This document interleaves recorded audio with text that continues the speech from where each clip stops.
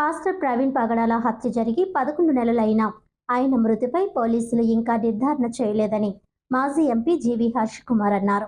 బుధవారం రాజమహేంద్రవరం రాజీవ్ గాంధీ డిగ్రీ కాలేజీలో ఏర్పాటు చేసిన విలేకరుల సమావేశంలో ఆయన మాట్లాడుతూ, పాస్టర్ ప్రవీణ్ పగడాల హత్య జరిగితే దానిని పోలీసులు రోడ్డు ప్రమాదంగా చిత్రీకరించేందుకు ఎందుకు ప్రయత్నం చేస్తున్నారని తెలిపారు. ముఖ్యమంత్రి నారా చంద్రబాబు నాయుడు పలు సభల్లో తాగుబోతు పాస్టర్ హైదరాబాద్ నుంచి తాగుతూ వచ్చి రాజమండ్రిలో రోడ్డు ప్రమాదంలో మృతి చెందినట్లు వ్యాఖ్యలు చేశారని తప్పుబట్టారు. కొంతమంది మతోన్మాదులు రెచ్చగొట్టడానికి ప్రయత్నం చేస్తున్నట్లు ఆరోపించారని వివరించారు. ముఖ్యమంత్రి నారా చంద్రబాబు నాయుడు సిగ్గుందా అని ప్రశ్నించారు.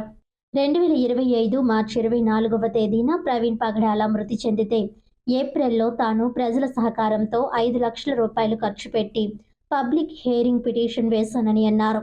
ఈ కేసుపై కౌంటర్ ఫైల్ దాఖలు చేయమని కోర్టు అక్టోబర్లో తీర్పు ఇచ్చిందని, అయితే సంతకాలు కాని కారణంగా పిటిషన్ వేయలేదని పోలీసులు చెప్పారని అన్నారు. ప్రస్తుతం ఫిబ్రవరి నెల వచ్చినప్పటికీ కౌంటర్ ఎందుకు దాఖలు చేయలేదని ప్రశ్నించారు. క్లోజ్డ్ రిపోర్ట్ కోర్టుకు ఎందుకు సమర్పించలేదని ప్రశ్నించారు. పోస్ట్ మార్టం రిపోర్ట్లో ప్రవీణ్ పగడాల మృతదేహంపై చాలా గాయాలు ఉన్నాయని, ఆయనను హింసించి చంపారని పేర్కొన్నారు. పోస్ట్ మార్టం రిపోర్ట్ బయట పెడితే హత్య అని తెలుస్తుందని అన్నారు. ఈ హత్య వెనుక ఉన్న హంతకులను ఎందుకు దాస్తున్నారని ప్రశ్నించారు.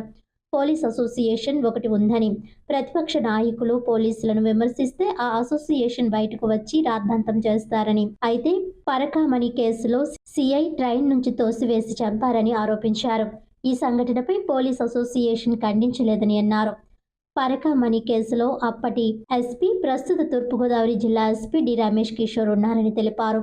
పాస్టర్ ప్రవీణ్ పగడాల హత్య ఎలాగైతే జరిగిందో సిఐ హత్య కూడా అలాగే జరిగిందని వివరించారు. రాష్ట్రంలో హత్యలు జరుగుతున్నప్పటికీ ప్రతిపక్ష నాయకులు ఖండించరని అన్నారు. ప్రభుత్వం ఇప్పుడు కల్తీ లడ్డు వ్యవహారం పదే పదే ప్రస్తావించడంతో పాటు భూములను కార్పొరేట్ సంస్థలకు తక్కువ రేట్లకు ధారాదత్తం చేస్తున్నారని అన్నారు. గీతం యూనివర్సిటీకి 55 ఎకరాల భూమిని ధారాదత్తం చేశారని అన్నారు. కాకినాడ సీపోర్ట్లో ఇసుకను అక్రమంగా డ్రెడ్జింగ్ చేస్తున్నారని ఆరోపించారు. సముద్రంలో ఇసుకను డ్రెడ్జింగ్ చేయడం వల్ల పర్యావరణానికి పెనుముప్పు పొంచి ఉందని అన్నారు. సముద్రంలో డ్రెడ్జింగ్ చేయడం వల్ల లైట్ హౌస్ నేలలో పడిపోయిందని తెలిపారు. ప్రస్తుతం సీపోర్ట్ కేవీ రామారావు వద్ద ఉందా, లోకేష్ వద్ద ఉందా అని ప్రశ్నించారు. రాష్ట్రానికి పరిశ్రమలు రావు, విద్యార్థులకు ఫీజు రియంబర్స్మెంట్స్ చెల్లించరు, హాస్పిటల్స్ ఆరోగ్యశ్రీ బిల్లులు చెల్లించడం లేదని అన్నారు. 2014 నుంచి 2025 వరకు ఈ ప్రభుత్వంలో అరాచక పాలన సాగిస్తున్నారని అన్నారు. రాజకీయ పార్టీల నాయకులు, కార్యకర్తలు ఒకరినొకరు కొట్టుకోవడం, కులాల మధ్య చిచ్చు పెట్టడం, ప్రభుత్వ భూములను దోచుకోవడం ఆనవాయితీగా మారిందని విమర్శించారు. ప్రజలు ప్రభుత్వ విధానాన్ని గమనిస్తున్నారని, వారే తగిన బుద్ధి చెబుతారని హెచ్చరించారు.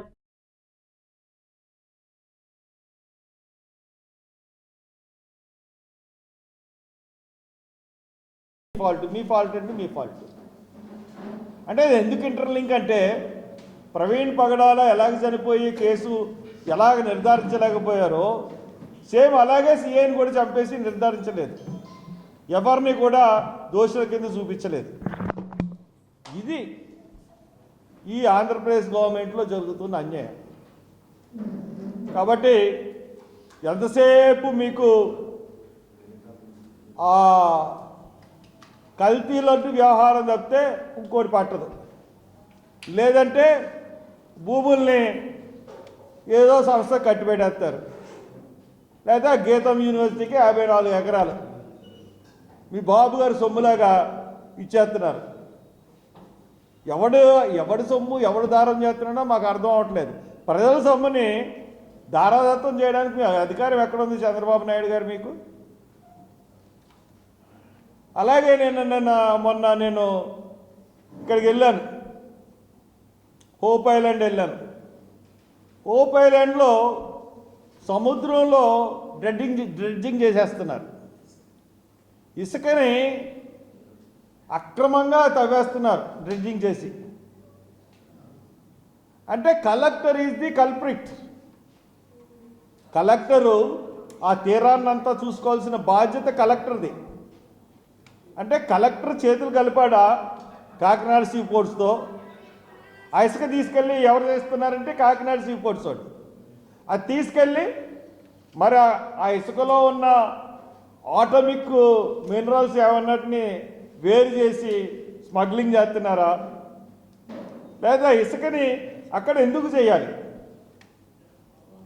అదే పర్యావరణానికి పెద్ద ముప్పు. అక్కడ లోతు చేయడం వల్ల ఎప్పటి నుంచో శతాబ్దాలుగా ఉన్నటువంటి హోప్ ఐలాండ్ లైట్ హౌస్ కింద పడిపోయింది నీళ్ళలో, ఇసుక కోసేసి. మరి అంతకన్నా ముందున్న కోరింగ హౌస్ లైట్ హౌస్ ఎందుకు పడిపోలేదు? అక్కడ డ్రెడ్జింగ్ జరగట్లేదు కాబట్టి. ఇక్కడ డ్రెడ్జింగ్ చేసేసి ఎక్కువ షిప్పుల్ని లంగర్ వేయడానికి ఉపయోగించడానికి పర్యావరణాన్ని తుక్కు చేసేస్తున్నారు. దాని మీద నేను ఖచ్చితంగా గ్రీన్ ట్రిబ్యునల్కి వెళ్తాను, కలెక్టర్ మీద.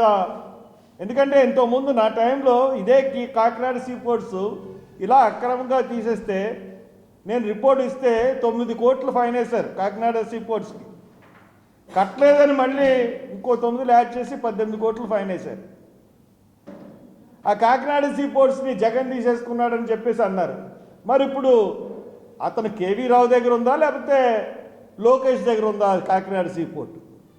మరి ఎందుకు వీళ్ళ దగ్గర లేకపోతే, నిజంగా కేవీ రావు మెయింటైన్ చేస్తే ఎందుకు పర్యావరణాన్ని మీరు పాడు చేసేటట్టుగా అక్కడ మీ చర్యలు ఉంటున్నాయి? మీ చర్యలు ఉంటే కలెక్టర్, ఒకవేళ మీకు సంబంధం లేకపోతే కలెక్టర్ ఎలా పర్మిషన్ ఇచ్చి కలెక్టర్ ఎలా తగ్గిస్తున్నాడు దాన్ని? దీనన్నిటికీ కూడా ప్రభుత్వం సమాధానం చెప్పాలి.